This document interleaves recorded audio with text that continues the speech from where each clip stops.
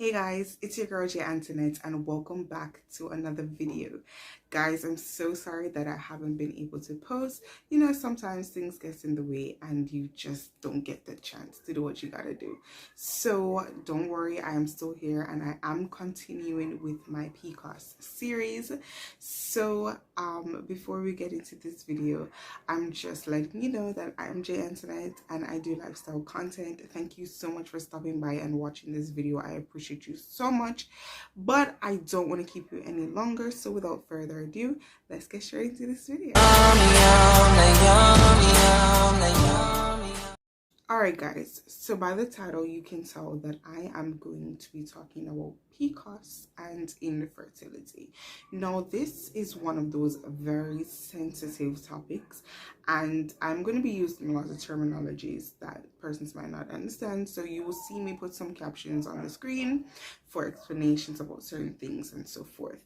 But as a little backstory, I do have PCOS. I was diagnosed when I was in college and I've had very good times with my PCOS and very bad times. I've had flare-ups, I've had weight gain, I have a numerous amount of symptoms. You can go ahead and check all those videos out there, all in my PCOS playlist, so you can go ahead and check those videos out. So just for a little bit of definition, PCOS or polycystic ovarian syndrome, it is an endocrine disorder and it does affect about 5 to 10% of women in the population now, and it also can affect women by causing them to be infertile or have difficulty conceiving. Now, infertility mainly impacts PCOS women because we have a very hard time ovulating. And if you don't understand your cycle, what happens is your cycle should be at least 28 days. Now, the first 1 to 7 days of that cycle would be the part where you are actually bleeding. So that would be your menstruation, right? And there are actually different phases in your menstrual cycle as well, right? So the first 1 to 5 or 1 to 7 days, that will be when you actually bleed. So you will have your menstruation at that time. And after that, no, you will have a phase where your body goes into preparing itself to release an egg so that you can get pregnant, right? Upon having intercourse and the release of sperm and meeting with the egg, that would also cause a beautiful baby or girl or boy to be born, all right? So yes, the main problem with women who have PCOS is that we do not ovulate. Now, that is why we have what they call cysts on our ovaries. So those eggs that did not get a chance to mature and to be released from the ovaries, they stay there and they developed into sac-like masses, and those are called cysts. Now, it is not impossible for women who have PCOS to become pregnant, and I'm also going to go into that in depth, right? It's not impossible, it is very possible. I just wanted to touch on the fact that because also women have PCOS women have irregular cycles and extended cycles, that is also another factor of why PCOS women can be infertile. I have some notes. If you see me looking down, it's because I'm looking at my notes. So there are different numerous of things that can affect the egg quality, meaning the quality of your eggs, your cervical mucus, or CM as we call it in the TTC community. So there is a numerous amount of things that can prevent or make it harder for a woman to have a baby if you have PCOS. Now, while it is possible to get pregnant with PCOS, there may be some things that you may have to adjust in your lifestyle, or you may have to add to your lifestyle in order to help you to become pregnant. Now, before we get into that, I want to touch on when or how do you know that you're infertile. Now, based on what my doctor says, and you can also look it up for yourself, disclaimer before I go any further, I am not a medical doctor. I am a medical professional, but I'm not a medical doctor. So if there's anything you don't understand in what I'm saying, you can jot it down and go ahead and discuss it with your doctor, and they will give you better and further information. So they define infertility as having unprotected sex with your husband or partner for a year and failing to become pregnant or having a viable pregnancy. So that is what they define infertility as. Okay, so if you have been having unprotected intercourse with your partner or with your husband for a year and you have not been able to conceive from that, they consider that infertility. So let's get into talking about how do we get our bodies in gear to become fertile. How do we put our bodies in a mode that we can, be so ready so that our bodies are ready to release eggs and just be healthy and all of that.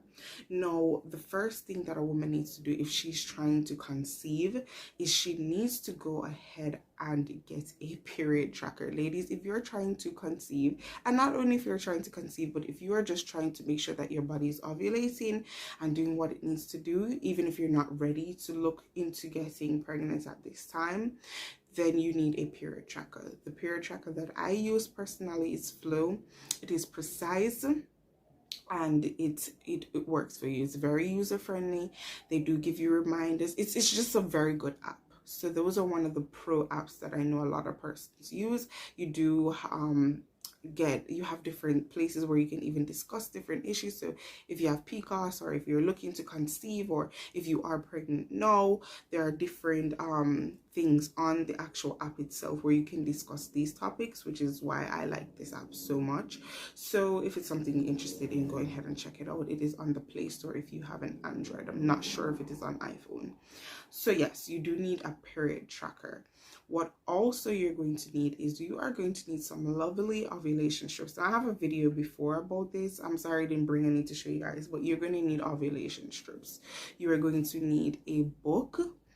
You're going to need a prenatal, and you are going to need a fertility medication prescribed by your doctor.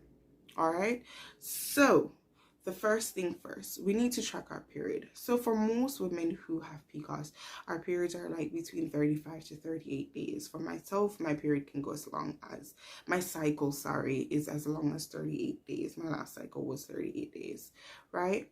Which means we ovulate a little later. Now, the beauty about it is these fertility medications can also help us to ovulate a little bit earlier so that we are able to, produce a healthy egg. And then when the time is right, you baby dance with your partner. All right. So yes, where was I? So you're going to need to track your period. You're going to need to track the different types of cervical mucus. So there are explanations on the app on how to check your cervical mucus. For some of them, you may need to actually insert 2 fingers into the vagina, and it will show you the different types of cervical mucus and what they mean. So it is very important. So tracking your period, cervical mucus, those are very 2 important things that you need to know if you are going through a period of infertility and you're trying to conceive. All right. Another thing, as I said, you're going to need is ovulation strips.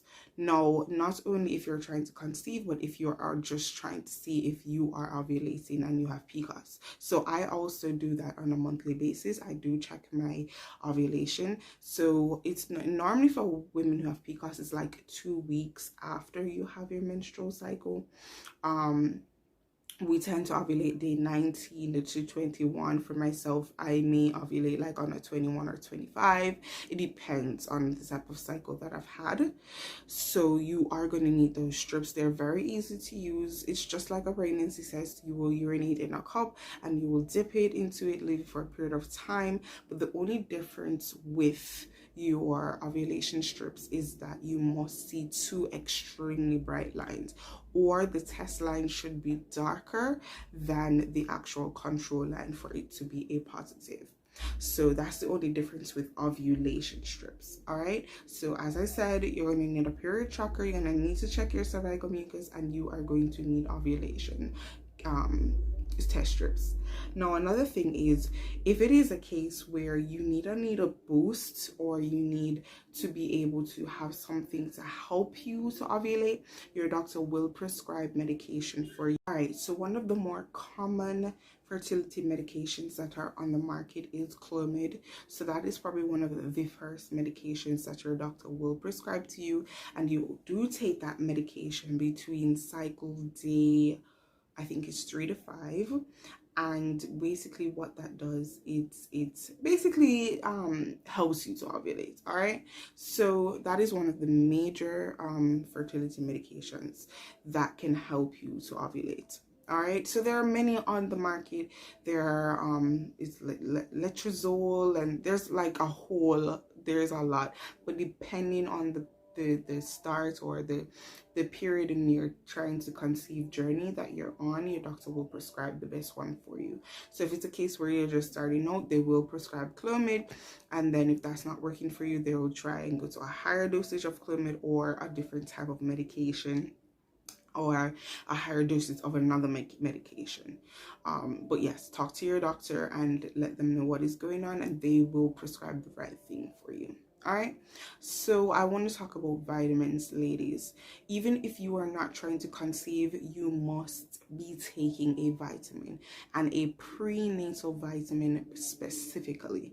I always emphasize this in my PCOS videos. You need to be taking a prenatal vitamin. A prenatal has all of the nutrients and minerals that a woman needs, especially a PCOS woman.